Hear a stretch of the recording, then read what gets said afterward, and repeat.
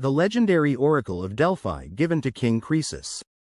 Of ancient history and myth, King Croesus, 595 BC, circa 546 BC, is part myth and part history, and King Croesus' encounter with the Delphic Pythian Prophetess was documented by both Greek historians Herodotus and Pausanias. Herodotus and Pausanias both observe and document the very real historical evidence of the very rich and abundant gifts bestowed on the Oracle of Delphi by King Croesus. King Croesus had a legendary status among the Greeks in ancient times, as Herodotus observed.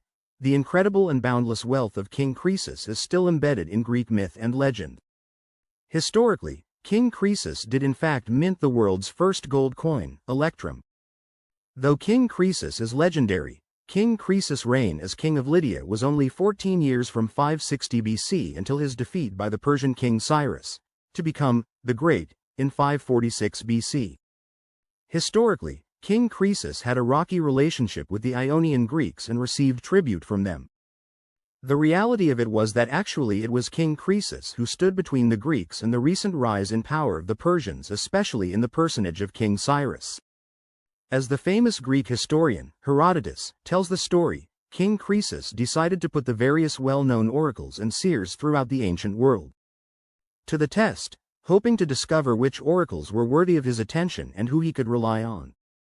Croesus dispatched envoys to all of the most famous oracles of his times, of which there were many, with instructions to put the question, on the 100th day after their departure, to the oracles, as to what the Lydian king, Croesus, son of Alyattes, would be doing on that very day.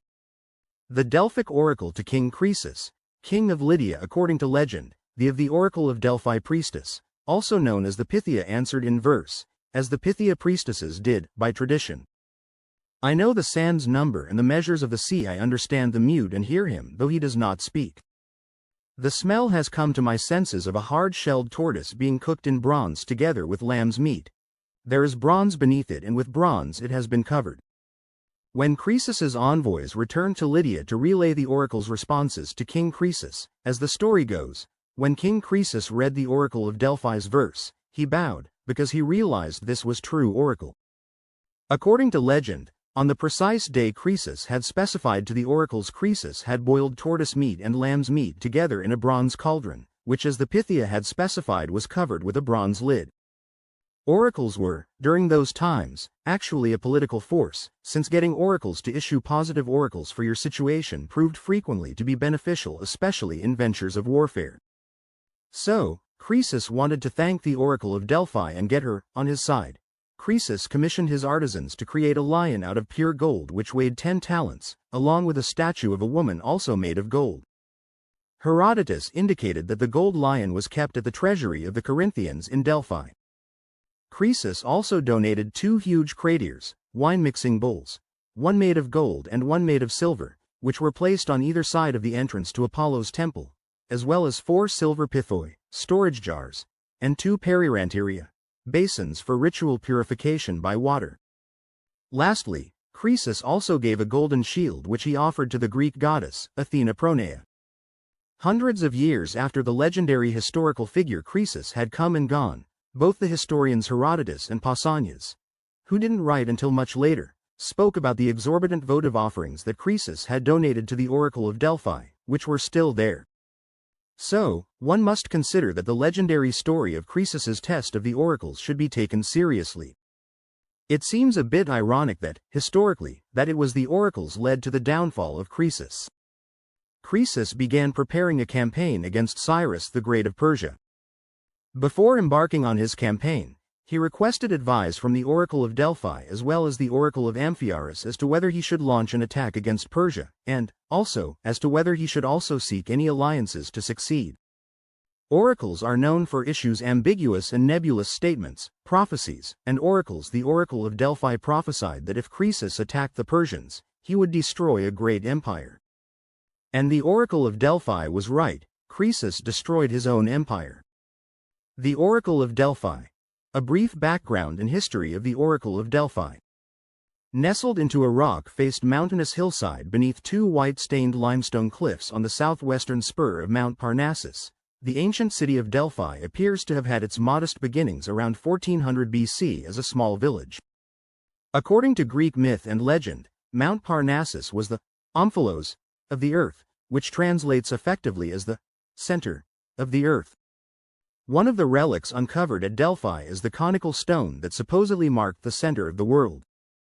According to tradition, Zeus had set two eagles to fly toward the center of the world, one from the east and one from the west. The conical stone was placed where the two eagles met. Omphalos is the Greek word for navel. It is believed that prior to the arrival of the Greeks, Mother Earth was worshipped as a deity. Gaia, Mother Earth, appears to have been the first cult worshipped in the region of Delphi. Archaeological excavations have unearthed terracotta statuettes of the female form dating from the Mycenaean age, 1900 to 1100 BC. In Greek mythology, Mount Parnassus was the legendary battleground between Apollo and the monster Python. According to the myth, the goddess Gaia had set the Python at Mount Parnassus to guard the omphalos.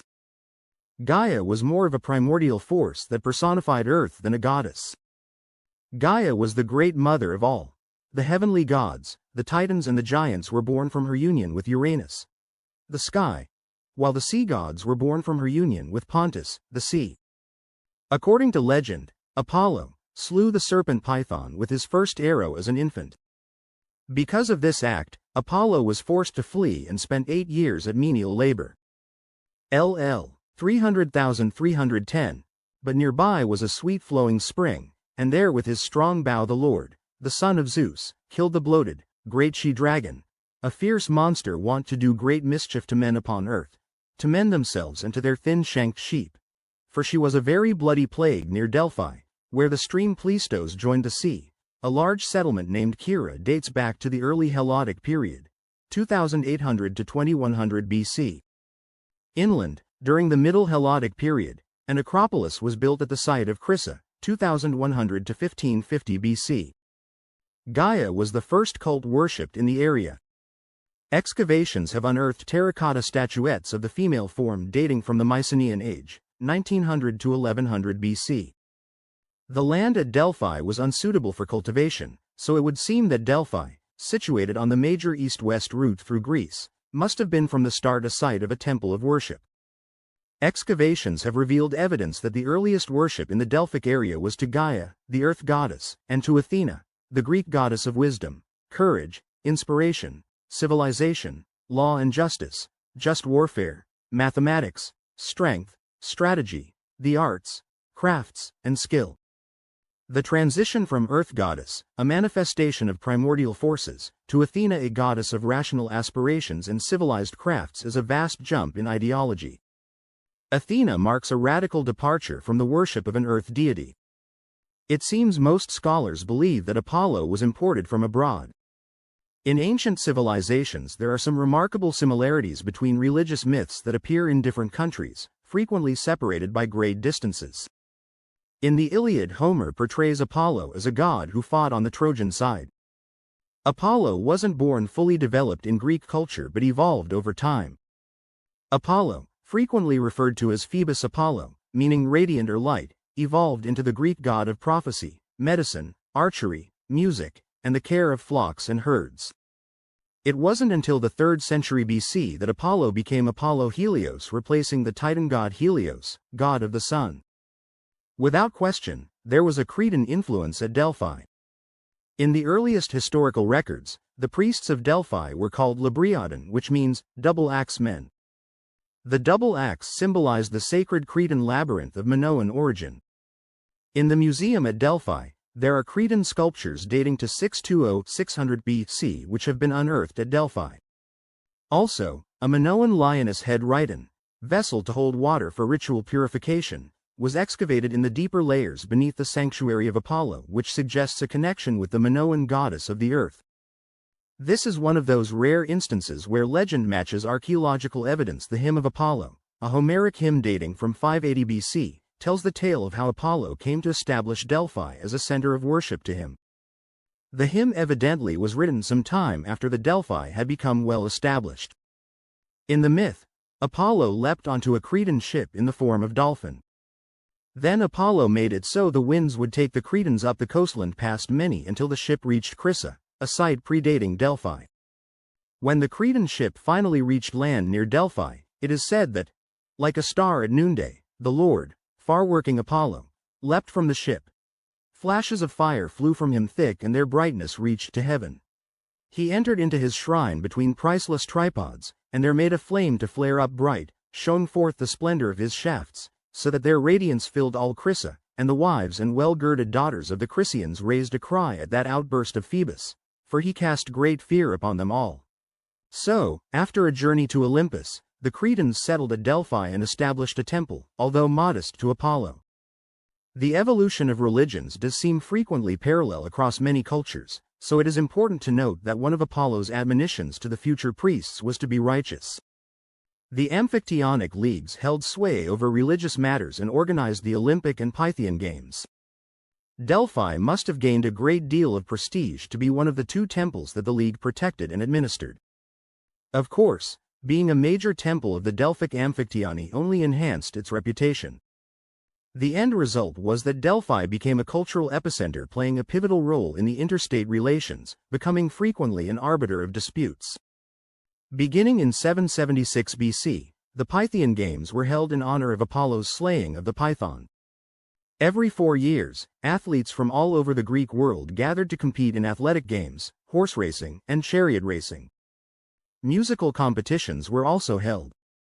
This meant, of course, that Delphi must have had by this time an established stadium to host the Pythian Games.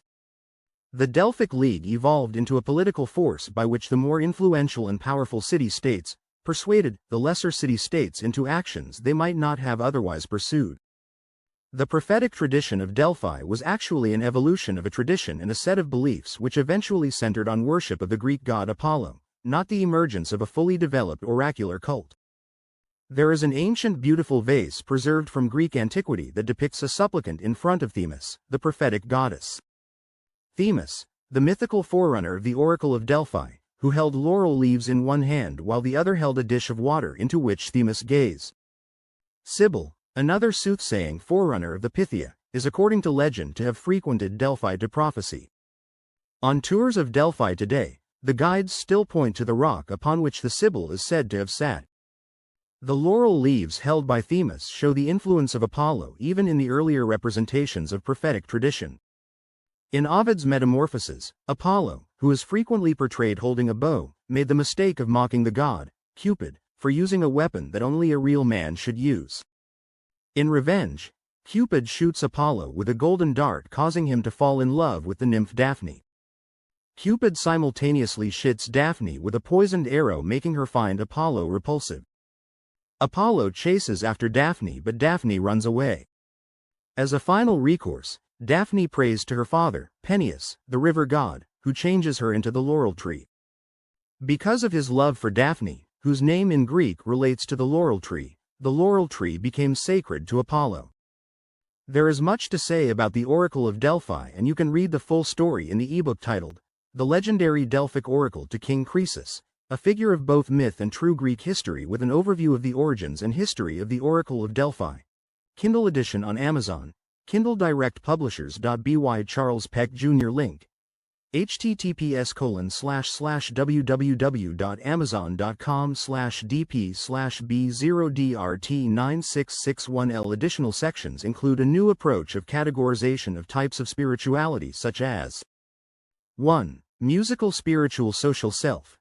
Music is a fundamental part of our evolution, and functional because it facilitates human contact and social self. J. Shulkin, G. Raglan.